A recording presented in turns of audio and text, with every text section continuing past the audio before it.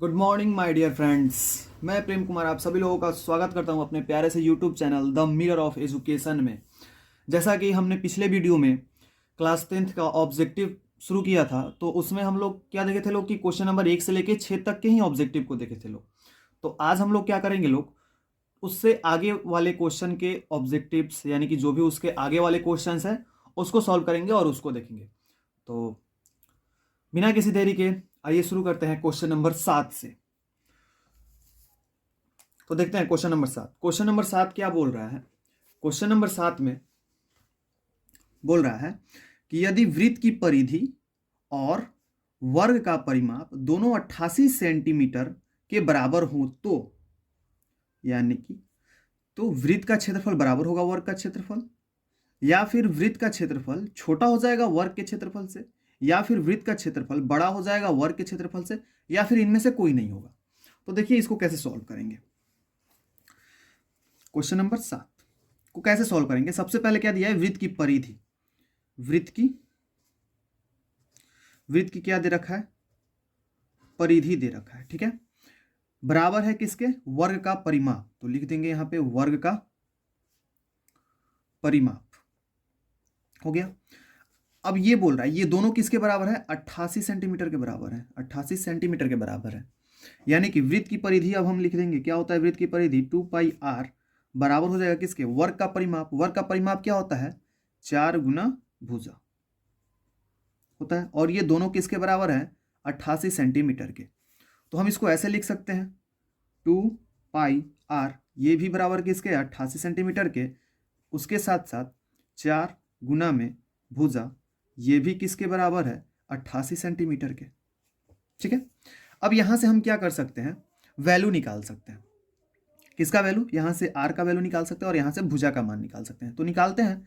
यहाँ पे आर का मान जब निकालेंगे तो आर बराबर हमारा क्या निकल के आएगा? इधर तो ये 88 है, तो 88, क्योंकि हमको आर का मान निकालना है तो आर को यहीं पर रहने देंगे, बाकी सबको क्या करेंगे? दूसरे साइड भेजेंगे। तो दूसरे साइड जब भेजेंगे तो यहाँ पे 2π, ये जो दोनों है वो आर के साथ किसके संबंध में है? तो गुना के संबंध में है। तो उधर जाएगा तो क्या हो जाएगा? भाग में हो जाएगा, और भाग में होगा तो क्या आ जाएगा? नीचे में आ जाएगा 2π। ठीक है, वैसे ही जब इसको सॉल्व करेंगे तो यहाँ पे हमको भुजा का मान निकालना है, और यहाँ पे 4 किसके साथ है? गुना में है भुजा के साथ, तो इधर जाएगा तो भाग हो जाएगा। तो यहाँ पे भुजा बराबर क्या आ जाएगा? 88/4। ठीक है, अब इसको अगर हम सॉल्व करेंगे तो आर बराबर हमारा क्या आ जाएगा? 88, नीचे में आ जाएगा 2, और चूंकि पाई का मान क्या होता है? 22/7, तो गुना में 22। ठीक है, और नीचे आएगा बट्टा का 7, तो हम जानते हैं नीचे वाला वो हम कहाँ लिख देते हैं? ऊपर चला जाता है, जो सबसे नीचे होता है उसको ऊपर लिख देते हैं। तो यहाँ पे ऊपर में क्या आ जाएगा? 7। ठीक है, और इसका भुजा का मान निकालेंगे तो भुजा का मान हमारा क्या आ जाएगा? काटेंगे तो क्या आ जाएगा? 4 दूना में 8, 4 दूना में 8, यानी कि 22 आ जाएगा। तो भुजा का मान क्या आ गया? 22 सेंटीमीटर भुजा का मान आ गया। और वैसे ही जब हम इसको सॉल्व किए तो ये इसको काटेंगे तो यहाँ से 22 चौको 88, फिर ये 2 दूना 4, 7 दूना 14, तो आर का मान क्या आ गया? 14 सेंटीमीटर। अब इसमें दे रहा है वर्ग का क्षेत्रफल, वृत्त का क्षेत्रफल, वर्ग का क्षेत्रफल, वृत्त का क्षेत्रफल, वर्ग का क्षेत्रफल, वृत्त का क्षेत्रफल। क्षेत्रफल के बारे में बात कर रहे हैं तो हम क्या करेंगे? वर्ग के क्षेत्रफल और वृत्त के क्षेत्रफल दोनों का क्षेत्रफल निकाल देते हैं। तो वृत्त का क्षेत्रफल क्या होता है? तो हम सभी जानते हैं वृत्त का क्षेत्रफल बराबर किसके होता है? πr² के बराबर होता है। तथा उसके साथ साथ वर्ग का क्षेत्रफल किसके बराबर होता है? तो हम सभी जानते हैं वर्ग का क्षेत्रफल किसके बराबर होता है? तो ये होता है भुजा स्क्वायर। भुजा स्क्वायर के बराबर होता है। तो वर्ग का क्षेत्रफल जब हम निकालेंगे तो वर्ग का क्षेत्रफल में पाई का मान रख देंगे 22/7, गुना आर का मान क्या है? 14, तो 14 गुना में 14। इसको निकालेंगे तो ये कट जाएगा 7 दूना 14। अब इसको गुना करेंगे तो ये कितना आ जाएगा? 22 गुना 2 गुना 14 होगा। अब वैसे ही आगे बढ़ेंगे तो वर्ग का क्षेत्रफल भुजा स्क्वायर होता है, और भुजा का मान क्या निकला है? 22, तो यहाँ पे क्या लिखेंगे? 22 गुना में 22 होगा। अब इसको हम सॉल्व कर लेते हैं। ठीक है, सॉल्व करेंगे तो यहाँ पे क्या आ जाएगा? गुना करके देख लेते हैं। यहाँ पे गुना करेंगे तो 22 दूना हो जाएगा 44, 44 का क्या लिखेंगे? 4, बचेगा हाथ में 4, फिर 22 दूना 44, 4 48, 484 सेंटीमीटर स्क्वायर आया वर्ग का क्षेत्रफल। वैसे ही वृत्त का क्षेत्रफल निकालेंगे तो आ जाएगा 22 दूना 44, तो 44 गुना 14, अब 14 चौको 14 चौको 56 का 6 हाथ में आया 5, फिर 14 चौको 56, 56 और 5 क्या होता है 61, 616 सेंटीमीटर स्क्वायर। और इसका कितना आया है 484 सेंटीमीटर स्क्वायर। तो हम देख पा रहे हैं जो वृत्त का क्षेत्रफल है वो बड़ा है किससे, वर्ग के क्षेत्रफल से। तो हमारा कौन सा ऑप्शन सही हो जाएगा, क्या हम ढूंढेंगे ऑप्शन में कि वृत्त का क्षेत्रफल बड़ा हो जाएगा किससे, वर्ग के क्षेत्रफल से। तो देख लेते हैं कौन से ऑप्शन में है वृत्त का क्षेत्रफल बड़ा है वर्ग के क्षेत्रफल से। तो हमारा इस तरह से क्या हो जाएगा, ऑप्शन नंबर सी जो है वो सही हो जाएगा। ठीक है, अब आइए आगे हम क्वेश्चन बढ़ाते हैं और अब देखते हैं क्वेश्चन नंबर 8। तो क्वेश्चन नंबर 8 में क्या बोल रहा है, त्रिज्या आर ऊंचाई 8 में बोल रहा है यदि किसी घन का प्रत्येक किनारा ए इकाई हो तो उसका विकर्ण होगा, यानी कि घन है और घन का किनारा का मान दे दिया है, यानी कि घन के एक भुजा का मान दे दिया है। तो बोल रहा है उसका विकर्ण क्या होता है। तो इसका एक फॉर्मूला होता है, फॉर्मूला हमेशा याद रखिएगा। फॉर्मूला क्या होता है, वो जो फॉर्मूला है वो फॉर्मूला होता है कि अगर वर्ग घन का इकाई दिया हो, ठीक है, यदि कहीं घन का इकाई दिया हो, इकाई बोल रहे हैं, घन का किनारा कहीं दिया हो, घन की कोई एक भुजा दी हुई हो, तो उसका विकर्ण निकालने का फॉर्मूला होता है √3 गुना में भुजा या किनारा। ठीक है, भुजा या किनारा। तो यहाँ पे हमारा ऑप्शन क्या हो जाएगा, √3 गुना में ए दिया है किनारा का मान, तो ए, तो इस तरह से हमारा क्या हो जाएगा आंसर √3a। तो यहाँ पे कौन सा ऑप्शन सही हो जाएगा, तो हमारा ऑप्शन नंबर ए जो है वो क्या हो जाएगा, सही आंसर हो जाएगा। ठीक है, अब उसके बाद से आगे आते हैं। तो बोल रहा है त्रिज्या r तथा ऊंचाई h वाले लंब वृत्तीय शंकु का आयतन होगा। तो हम सभी जानते हैं शंकु का आयतन क्या होता है, 1/3 पाई r स्क्वायर h। तो ढूंढ लेते हैं 1/3 पाई r स्क्वायर h किस में है, 1/3 पाई r स्क्वायर h इसमें है। तो ये हमारा ऑप्शन नंबर बी क्या हो जाएगा, इसका सही आंसर हो जाएगा। ठीक है, उसके बाद से आते हैं क्वेश्चन नंबर 10 में। क्वेश्चन नंबर 10 क्या बोल रहा है कि यदि दो वृत्तों के क्षेत्रफल का अनुपात 4:25 है तो उनकी त्रिज्याओं का अनुपात होगा। तो ध्यान दीजिएगा, क्या बोल रहा है, क्षेत्रफलों का अनुपात। तो हम जानते हैं वृत्त का क्षेत्रफल क्या होता है, क्वेश्चन नंबर 10 हम जानते हैं वृत्त का क्षेत्रफल क्या होता है, वृत्त का क्षेत्रफल होता है पाई r स्क्वायर। तो एक क्षेत्रफल ये रहा, फिर अनुपात, दूसरे वृत्त का क्षेत्रफल क्या दिया है, पाई r स्क्वायर, ये दूसरे वृत्त का क्षेत्रफल रहा। अब बोल रहा है इन दोनों का, इसका मान दिया है 4 और इसका मान दिया है 25। ठीक है, तो पूछ रहा है दोनों त्रिज्याओं का अनुपात क्या होगा। तो यहां से पाई से तो पाई खत्म हो जाएगा, कैंसिल हो जाएगा, कट जाएगा, बचा r स्क्वायर, यहाँ भी बचा r स्क्वायर। तो हम लोग को केवल क्या निकालना है, r का मान निकालना है।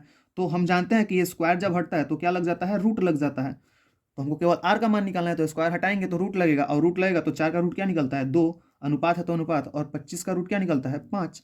तो यहाँ पे दोनों वृत्तों में त्रिज्याओं का अनुपात क्या हो जाएगा, 2:5। तो हम देख लेते हैं 2:5 किस में दे रखा है, तो यहाँ पे ऑप्शन नंबर डी जो है वो हमारा क्या हो जाएगा, सही आंसर हो जाएगा। ठीक है, इसी तरह से हम बढ़ते हैं क्वेश्चन नंबर 11 की तरफ।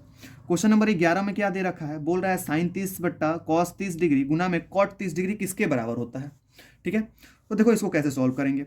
बोल रहा है sin 30 डिग्री, तो यहाँ पे एक बात हम जानते हैं कि sin θ/cos θ, इसको हम कैसे लिख सकते हैं, इसको हम कैसे लिख सकते हैं, ये हमारा बराबर होता है tan θ के। ये हमारा किसके बराबर होता है, tan θ के बराबर होता है। तो यहाँ पे हम देख रहे हैं थीटा, यानी कि दोनों कोण का मान क्या है, सेम है, 30 डिग्री है। तो यहाँ पे sin 30 डिग्री बट्टा में cos 30 डिग्री हम क्या लिख सकते हैं, tan 30 डिग्री, और फिर उसके बाद से गुना में दे रखा है cot 30 डिग्री। अब ये पूछ रहा है इसकी ये किसके बराबर है। तो हम जानते हैं कि tan 30 डिग्री यानी कि tan थीटा गुना cot थीटा, ये tan और cot दोनों एक दूसरे के उल्टे होते हैं। तो उल्टा अनुपात से tan थीटा गुना cot थीटा बराबर किसके होता है, 1 के होता है। तो इस तरह से हमारा एक जो है वो क्या हो जाएगा, सही आंसर हो जाएगा। देख लेते हैं एक कौन से ऑप्शन में है, तो ऑप्शन नंबर डी में 1 है और हमारा ऑप्शन नंबर डी क्या हो जाएगा, सही आंसर हो जाएगा। ठीक है, हमेशा याद रखिएगा विशेष अनुपात से sin θ/cos θ किसके बराबर होता है, tan थीटा के बराबर होता है, और tan थीटा इंटू में cot थीटा किसके बराबर होता है, 1 के बराबर होता है। वैसे ही साइन का उल्टा क्या होता है, कॉसेक होता है। तो sin थीटा गुना कॉसेक थीटा हमेशा किसके बराबर होगा, 1 के बराबर होगा। उसी तरह से cos थीटा किसके उल्टा होता है, सेक थीटा के उल्टा होता है। तो cos थीटा गुना में सेक थीटा हमेशा किसके बराबर होगा, 1 के बराबर होगा। वैसे ही tan थीटा किससे उल्टा होता है, cot थीटा से उल्टा होता है। तो tan थीटा और cot थीटा क्या होते हैं, इनका दोनों का गुणनफल हमेशा 1 के बराबर होता है। ठीक है, यानी कि जो जिसके उल्टा होता है उन दोनों का गुणनफल हमेशा किसके बराबर होगा, 1 के बराबर होगा। बस यहाँ पे शर्त एक है, क्या कि दोनों में थीटा का जो मान है वो एक ही होना चाहिए, यानी कि सेम होना चाहिए। जैसे यहाँ पे tan 30 डिग्री है तो यहाँ पे भी cot 30 डिग्री है, इसी तरह से दोनों का मान क्या होना चाहिए, सेम होना चाहिए। ठीक है, अब बढ़ते हैं क्वेश्चन नंबर 12 की तरफ। तो क्वेश्चन नंबर 12 में देखिए, क्वेश्चन नंबर 12 में क्या दे रखा है, क्वेश्चन नंबर 12 में बोल रहा है 1 माइनस टेन स्क्वायर 45 डिग्री बट्टा में 1 प्लस टेन स्क्वायर 45 डिग्री, ये किसके बराबर है? तो देखिए इसको हम कैसे बनाएंगे। बोल रहा है 1 माइनस टेन स्क्वायर 45 डिग्री, हम जानते हैं टेन 45 डिग्री का मान क्या होता है? 1 होता है, और इसका क्योंकि बोल रहा है स्क्वायर तो इसका हम स्क्वायर कर दिए। फिर नीचे बट्टा में 1 प्लस में टेन 45 डिग्री का मान 1 होता है, इसका स्क्वायर बोल रहा है तो स्क्वायर कर दिए। अब इसको सॉल्व करेंगे तो यहाँ पे 1 माइनस का 1 का कितना भी स्क्वायर कर लिखेगा, 1 का स्क्वायर भी 1 ही आता है। वैसे यहाँ पे 1 प्लस 1 का स्क्वायर क्या आएगा? 1 ही आएगा। अब यहाँ से 1 में से 1 जाएगा तो क्या आ जाएगा? 0, और नीचे में 2। तो इसको हम जब हम सॉल्व करेंगे तो हमारा आंसर क्या आएगा? 0 आएगा। हम देख रहे हैं ऑप्शन में कहीं भी 0 नहीं है, लेकिन साइन के रूप में, टेन के रूप में, ये सब के रूप में दिया हुआ है। तो हम देखेंगे इसमें से किसका मान 0 के बराबर होता है। साइन 90 डिग्री का मान 0 होता है? नहीं, ये तो 1 होता है। साइन 0 डिग्री का मान 0 होता है? हाँ, साइन 0 डिग्री का मान क्या होता है? 0 होता है। तो इस तरह से हमारा ऑप्शन नंबर बी क्या हो जाएगा? सही आंसर हो जाएगा। ठीक है, अब आइए क्वेश्चन नंबर 13 की तरफ चलते हैं। ठीक है, क्वेश्चन नंबर 13 में दे रखा है कि बिंदु 7,10 किस पाद में स्थित है। तो देखिएगा निर्देशांक ज्यामिति में, ठीक है, निर्देशांक ज्यामिति में क्या होता है कि हम लोग 4 पाद के बारे में पढ़े हुए हैं लोग। ठीक है, 4 पाद के बारे में पढ़े हुए हैं लोग, जिसमें ये वाली हमारी x भुजा होती है, ये वाली x डैश कहलाती है, ये y, और ये नीचे वाली y डैश। ये जो x वाला होता है वो प्लस का होता है, प्लस में होता है, y वाला भी प्लस में होता है, x डैश माइनस में होता है, और y डैश भी माइनस में होता है। तो यहाँ पे सबसे पहले हम लिखते हैं x वाली भुजा के मान को, ठीक है, जिसको हम लोग बोलते हैं लोग भुज, और बाद में लिखते हैं y वाले भुजा के मान को, जिसको हम लोग बोलते हैं लोग कोटि। तो यहाँ पे देखिए हमेशा याद रखिएगा, पहले पद में जो भी आएगा वो हमेशा प्लस प्लस होगा। यानी कि अगर x पे कोई भुजा है तो पहले लिखेंगे तो वो भी प्लस में ही है, अगर y पे कोई भुजा है तो लिखेंगे बाद में तो वो भी क्या है? प्लस में है। तो पहले वाले में क्या आएगा? Plus plus. दूसरे वाले में क्या हो जाएगा? ये वाला माइनस है तो माइनस प्लस। तीसरे वाले में क्या हो जाएगा? ये वाला माइनस है और ये वाला भी माइनस है तो माइनस माइनस। चौथे वाला में क्या हो जाएगा? ये वाला प्लस है और ये वाला माइनस है, यानी कि एक्स का प्लस और वाई का माइनस। ठीक है, तो अब देख लेते हैं क्वेश्चन में। हम अपने क्वेश्चन में हमारे क्या दे रखा है? क्वेश्चन में दे रखा है 7 और 10 दोनों किस में दे रखे हैं? प्लस में दे रखे हैं। तो दोनों प्लस किस में होते हैं? तो प्रथम पाद में होते हैं। तो हमारा ऑप्शन नंबर कौन सा सही हो जाएगा? ऑप्शन नंबर ए जो है प्रथम पाद, ये क्या हो जाएगा? सही आंसर हो जाएगा। ठीक है, ये समझ में आया कैसे? अगर दोनों अंक प्लस में है तो वो प्रथम पाद में, अगर दोनों में से कोई x वाला माइनस में है और y वाला प्लस में है तो वो द्वितीय पाद में, अगर दोनों माइनस में है तो वो तृतीय पाद में, और अगर x प्लस में है और y माइनस में है तो वो चतुर्थ पाद में। ठीक है, और ये कैसे आ रहा है ये भी आपको समझ में आ गया होगा। अब आइए आगे बढ़ते हैं लोग, क्वेश्चन नंबर 15 देखते हैं लोग। क्वेश्चन नंबर 15 में क्या दे रखा है? क्वेश्चन नंबर 14 में, क्वेश्चन नंबर 14 में क्या दे रखा है? बोल रहा है tan 45 डिग्री का अनुपात tan 60 डिग्री। तो यहाँ पे क्वेश्चन दिया है tan 45 डिग्री अनुपात में tan 60 डिग्री, यही क्वेश्चन है। अब इस क्वेश्चन को सॉल्व कैसे करेंगे, हल कैसे करेंगे? तो देखिए tan 45 डिग्री का मान क्या होता है? 1 होता है, अनुपात tan 60 डिग्री का मान क्या होता है? √3 होता है। तो देख लेते हैं ये ऑप्शन में कहाँ दिया हुआ है, 1:√3। तो 1:√3 हमारा ऑप्शन नंबर सी में दिया हुआ है। तो इस तरह से हमारा ऑप्शन नंबर सी क्या हो जाएगा? सही आंसर हो जाएगा। ठीक है, अब बढ़ते हैं आगे क्वेश्चन नंबर 15 की तरफ।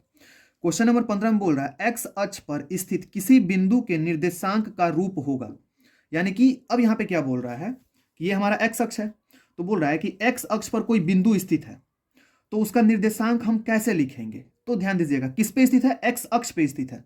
तो जिस अक्ष पे स्थित बोलेगा यानी कि उसका मान है।